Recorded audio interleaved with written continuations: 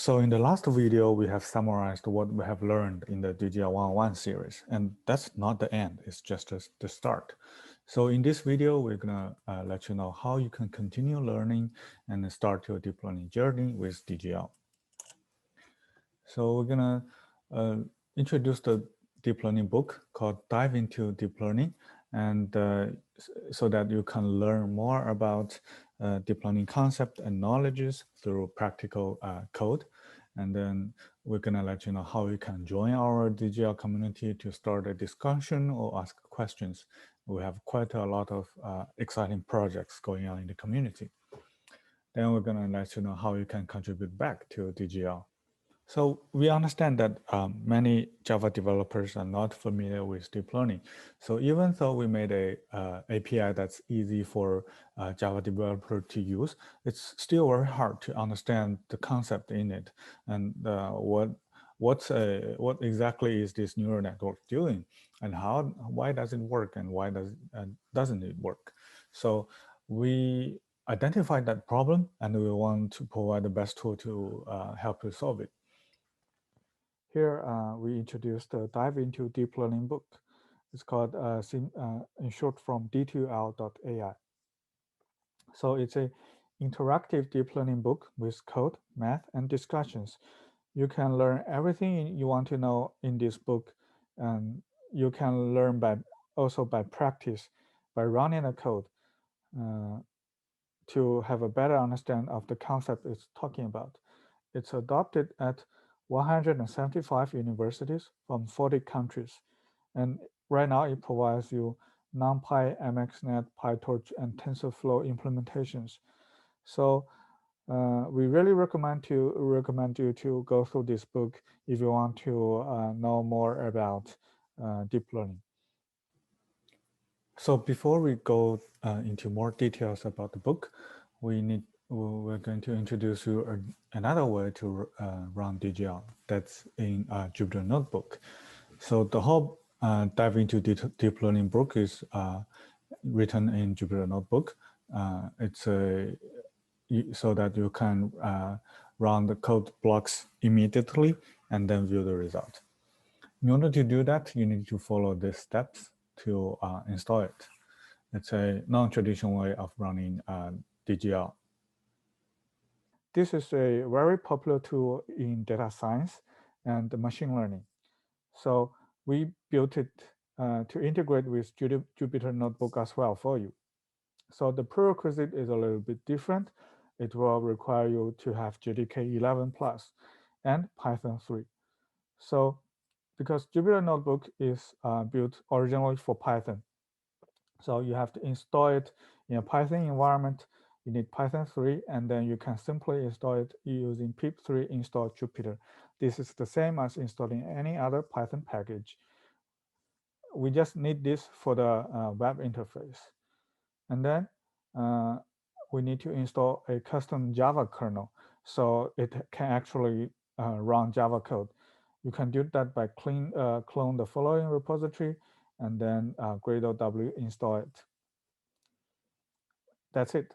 You can, after installation is complete, you can launch a Jupyter Notebook by running the following command, and it will enable you to run interactive code cells, and you can view results immediately. So let's do a quick demo here. So after you follow the setup instructions, just run Jupyter Notebook in your command line, and it will pump up this web browser for you, so you can view all the notebook in your directory. Here is our D2L book Java versions repository, and let's go through just one of the basic notebook here. I've already opened it, the ND array we've talked about. So you can see here in this book, you can view the content in Markdown format, and then view the code in these cell blocks. And you can execute this by pressing Shift and Enter. So here is setting up the dependencies. It's like the same way you add it in your Gradle or Maven project in Jupyter Notebook. We do it using this magic. So here we're saying to download these packages from Maven, and then after that we can import the packages easily. So let's get started. We'll talk about in ND array, we have the ND array manager that manages the life cycles of ND array we created. So here you can get a manager to create an ND array for you. Arrange 12 will generate 12 numbers from 0 to 11. And then you can use try blocks. So at the end of the try block, this ND array will be recycled. Okay, and then you can, once you have an ND array, you can get the shape, that's 12, and then the size is also 12. So remember, we can do ND array manipulations. Now we want to reshape it into 3 and 4. That's like a 2-dimensional array now. Remember, from the 1 dimension to 2 now. So here, you can also create a ND array of shape 3 and 4 directly. So it will grab a chunk of memory and hand us back. Yeah. Another way to initialize array is like you can use the zeros. It will just create an array of zeros for the given shape, or like ones. So we have a powerful tool in random number generation. That's a very important tool in deep learning and data science. You can generate data in the shape and with certain statistics, for example, random normal. At last, you can also create an array of specified value. So you can pass array of float directly with values and then specify its shape. Now let's talk about operations.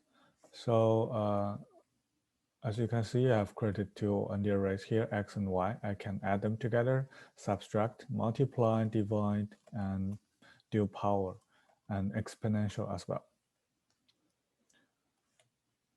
And then besides mathematical operations, I can also organize them differently. For example, concat them together into one ND array and in different axes, and then do a whether they're equal element-wise. This is element-wise comparison, and then or simply sum all the elements together in one ND array.